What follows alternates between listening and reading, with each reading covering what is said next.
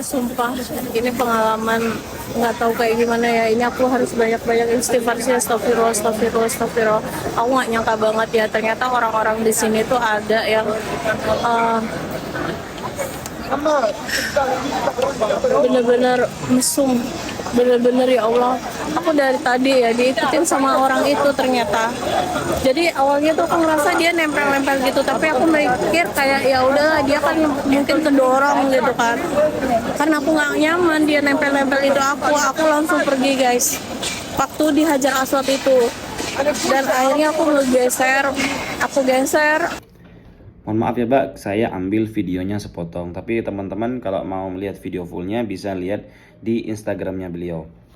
Nah, jadi saya ingin membahas masalah terkait pelecehan dan juga pencopetan di area Tawaf, di Masjidil Haram dan Masjidil Nabawi. Itu dulu saya pernah angkat, tapi banyak orang-orang yang tidak percaya, banyak orang-orang yang mengatakan, oh nggak mungkin itu di tanah suci dan lain sebagainya. Yang harus kalian pahami, di Makkah dan Madinah, kenapa banyak kamera-kamera diletakkan di setiap tiang-tiangnya? Kenapa banyak petugas-petugas polisi disiagakan di sana?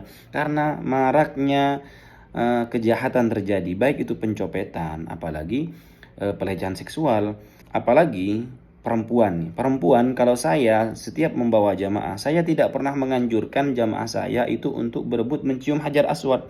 Kenapa? Karena lebih besar mudaratnya. Bayangin aja orang berebut mencium hajar aswad, itu kebanyakan laki-laki loh, kanan kiri laki-laki, depan laki-laki. Ketika ada seorang perempuan masuk, di situ terjadi dempet-dempetan, itu bisa kita bayangkan saja seperti apa kalau laki-laki normal tidak bangkit syahwatnya dan lain sebagainya. Maka di situ sering terjadi pelecehan. Orang yang awalnya tidak punya niatan ke sana, pasti ketika sudah dempetan, apalagi ada oknum-oknum orang-orang yang memang sengaja mencari kesempatan di dalam kesempitan, baik itu yang melakukan pelecehan seksual ataupun yang mengalami kecopetan. Jamaah saya, beliau mungkin nonton video ini, pernah terjadi pelecehan kepada beliau juga, lebih parah daripada wanita ini, lebih parah daripada mbak ini. Cuman ini saran buat para jamaah. Kita orang Indonesia itu sering salah diartikan kebaikan kita, keramahan kita, akhlak kita, yang adab ketimuran kita, yang sering ramah kepada orang, sering disalah artikan oleh orang-orang yang ada di tanah suci. Lebih-lebih bagi sopir taksi, juga para penjual-penjual. Banyak di antara orang-orang yang jualan itu, banyak yang sebentar-sebentar ngambil minta nomornya jamaah, kemudian atau langsung kenalan dengan jamaah setelah beli di situ, kemudian ditelepon berulang-ulang. Kalau kita sampai ngasih nomor HP-nya, orang kita yang merasa itu kan orang Arab, padahal mereka bukan orang Arab asli, bukan orang Arab Saudi. Mereka kadang ada orang-orang di luar orang Arab Saudi yang jualan, rata-rata itu orang-orang bukan orang Arab Saudi. Jadi yang jelek itu nantinya ke orang-orang Arab Saudi. Walaupun saya tidak menutup kemungkinan pelecehan itu bisa terjadi dimanapun dan juga siapapun, baik itu orang Saudi ataupun orang-orang luar Saudi. Cuman ini saran buat para jamaah Indonesia dan teman-teman para pembimbing. Jamaah wanita jangan disarankan untuk berebut ikut mencium hajar aswad kecuali didampingi oleh pasangannya. Saya saja kalau diminta oleh para jamaah untuk mendampingi jamaah mencium hajar aswad, saya tidak pernah mau. Karena mudaratnya lebih besar. Ya bayangin aja tadi itu dempet-dempetan ya. Jangan pernah memaksakan diri untuk mencium hajar aswad. Karena apalagi kalian sendiri, pasti banyak di antara jamaah itu terjadi pelecehan. Nah, seandainya pun sudah terjadi pelecehan kepada para jamaah jangan cuma diam. Di situ kan ada petugas, apalagi di depan Ka'bah itu ada askari yang menggantung begitu itu. Tugasnya bukan cuma menjaga agar orang tidak berdesak-desakan, agar ketika ada pelecehan kalian teriak bisa langsung ditangkap. Orang Indonesia kan kadang ketika sudah dipegang, dilecehkan, mereka diem aja. Udah selesai baru ngomong di media sosial kayak gitu.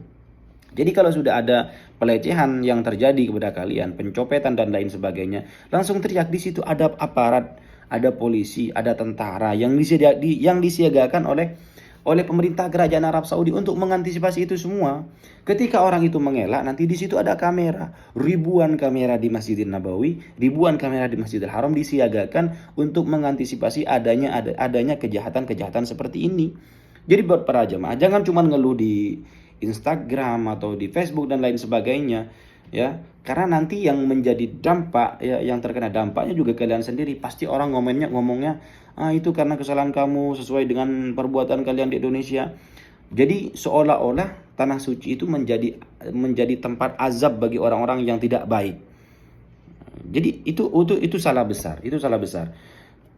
Pelecehan, pencopetan itu bisa terjadi dimanapun. Yang saya bilang dari dulu itu, tanah suci itu, yang suci itu tanahnya, orang-orangnya belum tentu suci. Dari zaman Nabi, Abu Jahal dan Abu Lahab itu sudah ada di situ. Jadi bagaimana cara kitanya saja untuk antisipasi agar dompet kita tidak kecopetan. Kita harus antisipasi, dompet kita taruh di depan. Kadang ditaruh di depan saja masih bisa kecopetan. Terus ketika kita mau mencium Hajar Aswad, jangan sekali-sekali kita perempuan lebih-lebih jangan sekali-sekali memaksakan untuk mencium Hajar Aswad sendirian. Apalagi dengan teman-teman sesama perempuannya 3 orang dan lain sebagainya. Kalau masih perempuan, itu teman-teman sangat berbahaya dan lebih sangat banyak mudaratnya.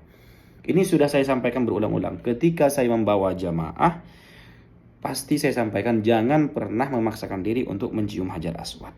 Kenapa? Mudaratnya lebih besar. Itu bagi seorang wanita. Karena bukan cuma sekali 2 kali terjadi pelecehan. Dan seandainya pun sudah terjadi pelecehan, kalian jangan cuma diam, lapor kepada polisi, lapor kepada tentara, pegang tangan orang itu, teriaklah. Pasti orang-orang di sekitarnya itu pasti akan membantu kalian. Jadi jangan cuma diam, kemudian kita pasrah dipegang ininya, dipegang itunya, kita cuma diam, terus kita nggak ngelawan. Pegang tangannya, teriak kepada polisi. Kalau dia nggak ngaku, nanti ada CCTV yang akan melihatnya. Bukankah dulu pernah ada orang Indonesia, jamaah Indonesia yang dituduh melecehkan seorang wanita Arab, itu dipenjara sampai sekarang. Nah, itu harus dijadikan pelajaran oleh para jamaah. Dan terakhir pesan saya kepada para jamaah, jangan pernah terlalu baik, ya, terlalu over ketika kita berhadapan dengan orang-orang Arab. Karena di sini itu orang-orang Arab itu kalau sama laki-laki itu jutek-jutek. Ketika sudah bertemu dengan seorang wanita yang terlalu baik, kemudian cengengesan, diajak salaman mau, kemudian dipegang tangannya mau, dia sudah menyalahartikan keramah tamahan kita itu, oh orang ini gampangan, oh orang ini pasti mau, dan lain sebagainya. Dan itu sudah bukan cuma sekali 2 kali, ratusan ribuan peristiwa itu terjadi. Bisa ditanya kepada para mutawif bagaimana pengalaman mereka ketika menghadapi jamaah-jamaah seperti itu. Pasti banyak jamaah mereka juga yang mengalami hal-hal demikian. Saya juga yang sudah lama menjadi mutawif, sudah banyak jamaah kita terjadi pelecehan di depan Baitullah ataupun terjadi pencopetan dan lain sebagainya. Saya dari dulu sering mengedukasi teman-teman para jamaah agar berhati-hati. Karena di sana itu banyak pencopet. Saya malah dibully katanya orang yang kecopetan itu tergantung dari amal perbuatannya. Saya mengangkat tentang pelecehan. Oh, itu kan di Indonesia dia sering begini-begini, makanya dia dibalas di sini. Enggak seperti itu juga konsepnya. Enggak seperti itu juga. Jadi kita harus berhati-hati. Tidak boleh juga kita bersuuzon kepada orang. Kita harus berhusnuzon. Tapi kita tetap harus menjaga diri, mawas diri. Kita harus jaga diri kita sendiri. Seperti HP, uang. Kita harus selalu siap siaga ditaruh di depan. Kalau kita membuka peluang, tas kita ditaruh di belakang. Ada yang kadang disilet, ada yang kadang diambil uangnya. Apalagi ketika kita sholat, ditaruh di belakang. Itu rata-rata ketika bangun sudah habis. Karena di situ itu bukan cuma orang-orang yang mau beribadah, tapi banyak orang-orang yang yang ingin berbuat jahat juga di situ. Orang-orang yang tidak takut, dan tidak melihat tempat itu adalah tempat suci. Mereka tidak memandang kalau itu di depan Baitullah dan lain sebagainya.